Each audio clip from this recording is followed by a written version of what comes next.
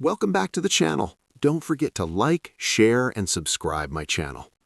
Today we explore how to design high-end photo edits. Start by opening your image and duplicating the background layer to maintain a clean, non-destructive workflow.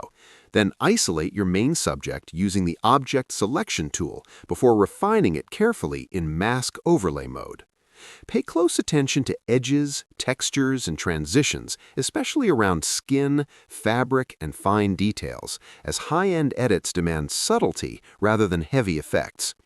Once the mask is applied, use clipped adjustment layers to control exposure, contrast, and color independently, keeping tones balanced and realistic.